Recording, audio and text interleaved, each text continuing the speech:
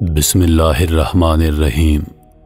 Rohail voice کے تمام سننے اور دیکھنے والوں کو خلوص بھرا سلام۔ دنیا کے مشہور ترین ملحدین اللہ کے انکاریوں نے مرتے وقت کیا کہا؟ نمبر 1، بورجیا۔ میں اپنی زندگی میں موت کے سوا ہر چیز کی تیاری کرتا تھا، اور اب جب میں مرنے والا ہوں تو موت کے لیے تیار نہیں ہوں۔ تھامسن ہوبس۔ یہ ایک سیاسی فلسفی تھا۔ مرتے وقت کہتا ہے، میں اس وقت اندھیروں میں گرا پڑا ہوں، کوئی مجھ سے پوری دنیا لے لے اور صرف ایک دن کی زندگی دے دے۔ Thomson pain. یہ 18ویں صدی کا ملحد مصنف تھا جس نے مرتے وقت کہا، میں اس وقت ایسے عذاب میں ہوں کہ مجھے اکیلا مت چھوڑنا، اور بلا شبہ جو میں نے کیا ہے میں اسی عذاب کا مستحق ہوں۔ اگر آج میرے پاس پوری کائنات ہوتی اور اس دنیا کی مثل ایک اور دنیا بھی ہوتی تو میں اس تکلیف کے بدلے دے دیتا۔ آج مجھے اللہ نظر آ رہا ہے جبکہ میں پوری زندگی شیطان کا چیلا بنا رہا۔ Thomson Scott. یہ ایک انگریزی مشیر تھا جو 1594 میں فوت ہوا اور مرتے وقت کہہ رہا تھا، لمحوں پہلے تک میں کسی معبود یا اللہ کو نہیں مانتا تھا، لیکن اب مجھے محسوس ہوتا ہے کہ وہ اصلی ہیں اور اللہ کا وجود بھی ہے۔ اب جب کہ میں عذاب کے راستے پر ہوں اور یہ اللہ کی عدالت ہے۔ والٹیئر۔ یہ ایک فرانسیسی فلسفی ملحد تھا جس نے اپنے ڈاکٹر فوکن کو مرتے وقت اپنی بات کی ہدایت کی تھی، اگر تم مجھے 6 ماہ زندگی اور صحت دے سکو تو میں تمہیں اپنے پاس موجود آدھی دولت سے نواز دوں گا۔ اب میں مر رہا ہوں اور جہنم میں جا رہا ہوں۔ Nurse Voltaire. نرس والٹیئر کہتا ہے کہ اگر دنیا کی ساری دولت بھی یورپ کو دے دی جائے تو میں کسی ملحد کو نہیں دیکھنا چاہتا۔ میں خود اس وقت تکلیف میں مبتلا ہوں اور پوری رات بخشش کے لیے چیخ رہا ہوں۔ ڈیوڈ ہیوم۔ یہ ایک اسکاٹش مورخ ملحد تھا جس نے 1776 میں مرتے وقت چیختے ہوئے کہا تھا، آگ نے مجھے اپنے شعلوں سے جلا دیا۔ وہ اپنی موت کے وقت بہت مایوس تھا۔ Napoleon Bonaparte. فرانسیسی شہنشاہ جس نے اپنی بادشاہت کی بھوک کو پورا کرنے کے لیے لاکھوں افراد کو قتل کر دیا، دنیا کی حکمرانی کو پسند کرتا تھا، مرتے وقت کہنے لگا، دیکھو میں اپنے وقت سے پہلے مر کر زمین کی اصل طرف لوٹ رہا ہوں، حالانکہ میں سب سے بڑا فرانسیسی شہنشاہ ہوں۔ میں جس گھڑے میں ہوں اس میں اور جنت کے درمیان بہت فرق ہے، یعنی کہ میں جہنم میں جا رہا ہوں۔ سر فرانسس نیوبرٹ۔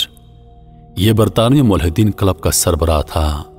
اس نے اپنی موت کے وقت اپنے بستر کے چاروں طرف والوں کو بتایا، مجھ سے یہ بات مت کہو کہ کوئی معبود نہیں، کیونکہ میں اب اس کی موجودگی میں ہوں، اور مجھے یہ مت کہو کہ کوئی جہنم نہیں ہے، کیونکہ اب مجھے محسوس ہو رہا ہے کہ میں جہنم میں پھسل رہا ہوں۔ اگر میں 1000 برس زندہ رہتا تب بھی میں آگ کو جھٹلاتا رہتا، اور اب ہزاروں سال بعد مجھے اس آگ سے خلاصی ملنے والی نہیں۔ آہ، یہ آگ مجھے جلائے جا رہی ہے۔ King Charles. یہ ایک فرانسیسی بادشاہ تھا جس نے 1572 میں فرانس میں لاکھوں عیسائیوں کو مار ڈالا کیونکہ وہ کیتھولک مذہب میں نہیں تھے۔ اس نے موت سے پہلے اپنے ڈاکٹروں سے کہا، میں دیکھ رہا ہوں کہ جن کو میں نے قتل کیا وہ میرے سامنے سے گزر رہے ہیں اور ان کے زخموں سے خون بہہ رہا ہے، اور وہ میری طرف اشارہ کر رہے ہیں۔ مجھے اپنا ٹھکانہ نظر آ رہا ہے۔ میں نے ایسے گناہ کیے جو ہمیشہ مجھے سزا دیتے رہیں گے۔ David Strauss. یہ ایک جرمن قوم پرست ادیب تھا جو 1874 میں فوت ہوا اور مرتے وقت کہنے لگا، میرے فلسفے نے مجھے ذلیل کر دیا اور میں اس وقت اپنے آپ کو دانتوں والی مشین کے جبڑے میں محسوس کر رہا ہوں، مجھے کسی بھی لمحے کچل دے گی۔ امریکی میگزین نیوز ویک کو دیے گئے ایک انٹرویو میں روسی کمیونسٹ جوزف اسٹالن کی بیٹی سویتلانا اسٹالن نے اپنے والد کے انتقال کے وقت کی بات کرتے ہوئے کہا، میرے والد کی موت بہت خوفناک تھی۔ اس نے اپنی موت کے لمحے اچانک آنکھیں کھولی، پاگل اور غسیلی نظروں سے وہاں موجود لوگوں کی طرف دیکھا اور اپنے بائیں ہاتھ سے ہمارے اوپر اشارہ کیا کہ کوئی چیز مجھے آگ میں دھکیل رہی ہے۔ ایسی موت احساس محرومی کی علامت ہے۔ اینتون لیوی، چرچ آف شیطان کے بانی اور بائبل آف شیطان کے مصنف، جو 1997 میں فوت ہوا اور مرتے وقت کہا، یہ میں نے کیا کیا؟ میں نے ایک بہت بڑی غلطی کی ہے۔ وہ بار بار اللہ تعالیٰ سے مغفرت اور استغفار کر رہا تھا۔ عزیز دوستو، یہ وہ چند مشہور ملحد تھے جو اللہ کے وجود کو نہیں مانتے تھے اور مرتے وقت سب سے پہلے اللہ کو پکارا، اے اللہ پاک، تو کس قدر عظمت اور بڑائی والا ہے۔ قرآن کریم میں ارشاد باری تعالیٰ ہے، بے شک تو اس دن سے غفلت میں رہا، آج جب ہم نے تجھ سے تیرا پردہ دور کر دیا تو تیری نگاہ آج بڑی تیز ہو گئی۔